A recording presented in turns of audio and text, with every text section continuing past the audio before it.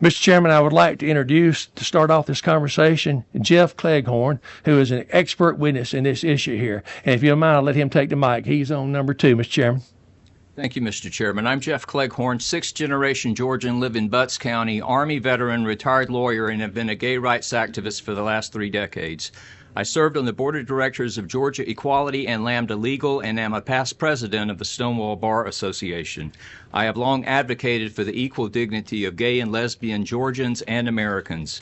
SB 88 is necessary because queer, gender identity, transgender activism, and the transgender medical industry are aggressively targeting children of all ages, including inside school classrooms.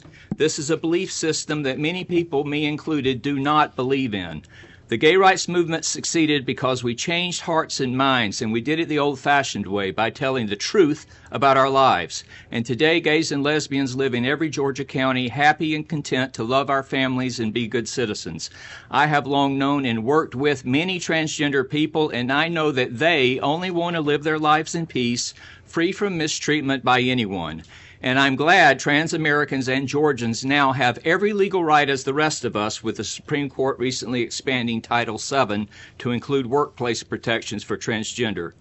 But as a result of piggybacking transgender activism on the gay movement of yesterday, transgender activists never did the work. They skipped right over the changing hearts and minds part. Instead, they stridently declared that, quote, LGBTQ plus is now a single identity, and that some people can be both sexes at the same time, while other people are neither male nor female, and some people are born in the wrong body, and some women have a penis, and there are 58 different genders and as many pronouns.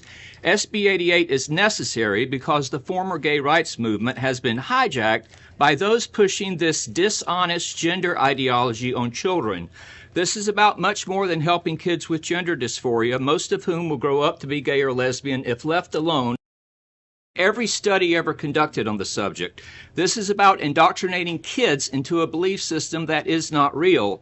Tens of millions of dollars are spent each year by groups like GLSEN and the Trevor Project, specifically targeting kids with this ideology. And queer activists push this belief system that gender and sex and sexuality can mean whatever someone says they mean, and there should be no boundaries. Parents have every right to know if this stuff shows up in their child's school. No one had ever heard of a transgender child until recently, and today we see tens of thousands of young females soliciting GoFundMe donations online to amputate their healthy breasts or to have, quote, gender-affirming hysterectomies. 15 years ago, there were only 2 or 3 so-called gender clinics. Today, there are hundreds, including more than 50 pediatric. The skyrocketing thousands of % recent increase in kids claiming a trans identity is not by accident. And children are being harmed. There are more than 52,000 members of a Reddit detransitioner group, mostly young lesbians and gay men, with gut-wrenching stories of regret, sterility, loss of sexual function, early onset osteoporosis, and vaginal atrophy, as the transgender medical industry is laughing all the way to the bank. SB 88 is needed because they are proselytizing this queer ideology to children. Activists in schools have no business interfering with the parent-child relationship. Do not let schools teach kids to keep secrets from their parents. These are not Georgia values. Thank you. We've got a motion and a second. All in favor of do pass, please raise your hand.